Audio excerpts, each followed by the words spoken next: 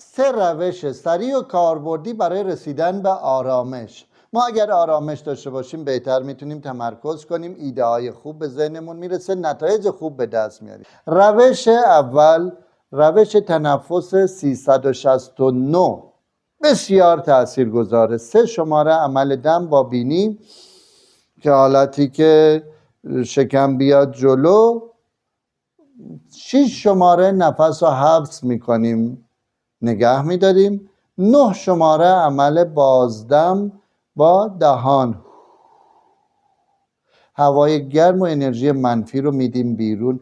چند مرتبه این کار رو انجام بدیم، هر چقدر استرس داشته باشیم، اضطراب داشته باشیم، سریع برطرف میشه. روش دوم دوش آب سرده. خیلی کار سختیه برای کسانی که عادت ندارن، بسیار بسیار سخته، ولی آب رو کم کم سرد کنید و بعد عادت کنید. هر چقدر استرس و اضطراب و نشخوار فکری داشته باشید برطرف میشه. من این کار رو نمیتونستم انجام بدم، میپریدم توی استخر آب یخ، بعد که میومدم این آب سرد برام گرم بود. اما روش سوم بیاید تا بهتون بگم. روش سوم به این صورت، یک بطری یخ که پاتون به این صورت روش بچرخه، این باعث میشه شوکی وارد بشه، استرس از بین میره، نشخوار فکری از بین میره. بسیار بسیار مهمه برای آرامش، روشی هزینه ندارد و خیلی ساده میتونید این کار رو انجام بدید، خیلی تاثیرگذاره.